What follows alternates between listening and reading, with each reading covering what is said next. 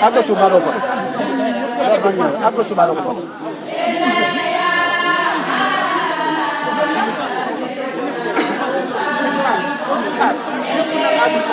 dañuy toog rek ba ñu yóbbu nag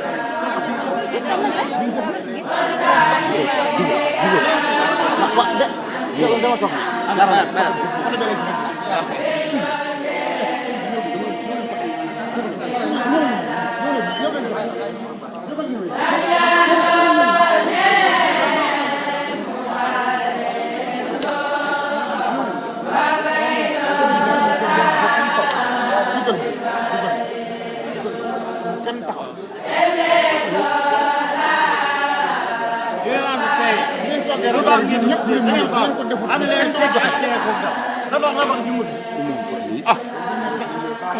man nga see fot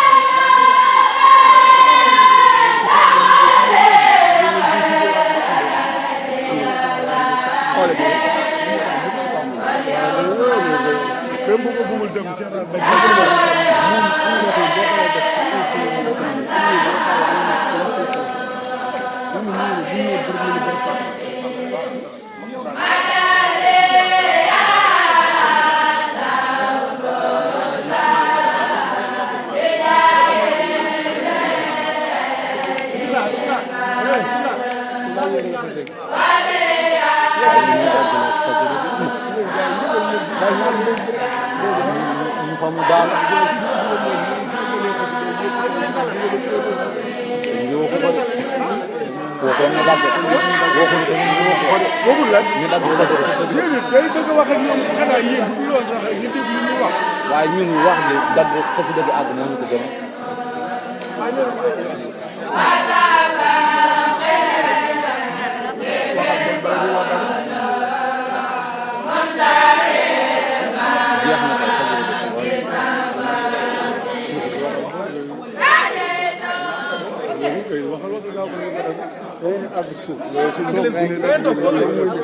suuf rek dañ àgg suuf ñun ñëpp dañ baax àgg suuf ñoom yi lañ suñ yéen ñu àgg suuf yéen ñi si ginnaaw àgg leen suuf tàngoor dafa mel àgg leen suuf yéen ñëpp kenn fas ñu bëgg sëñ waa ne waaw leen góor am nañ mbégte ci yéen lool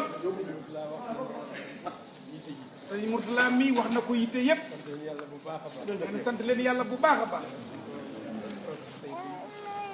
xiir na leen ci loolu gën leen a xiir ci soobu googu ngeen soobu jëkk tàmbalee ko ci xasaay bi ndax suñ borom xiir na leen ci tawfeexi sëriñ bi tàmbalee ko ci xasida yi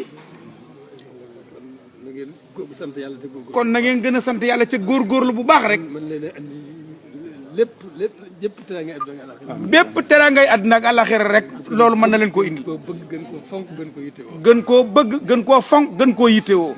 dana leen defal seen lépp biir ak biti. dana leen defal seen lépp biir ak biti. jërë ngeen jëf na ñëpp tàllal. liggéey bu am solo la ci yoon bi. yoo xam ne ci lii nuy jëm liggéey bu rëy la ci yoon bi. te mënu cee ñàkk. te kon nag ginnaaw mënu cee ñàkk nag war nañ ko xam bu baax te jublu ci te fonk ko. bu ñaanalee nag ñëpp nag may ñeneen ñi nga xam ne ak seegunu.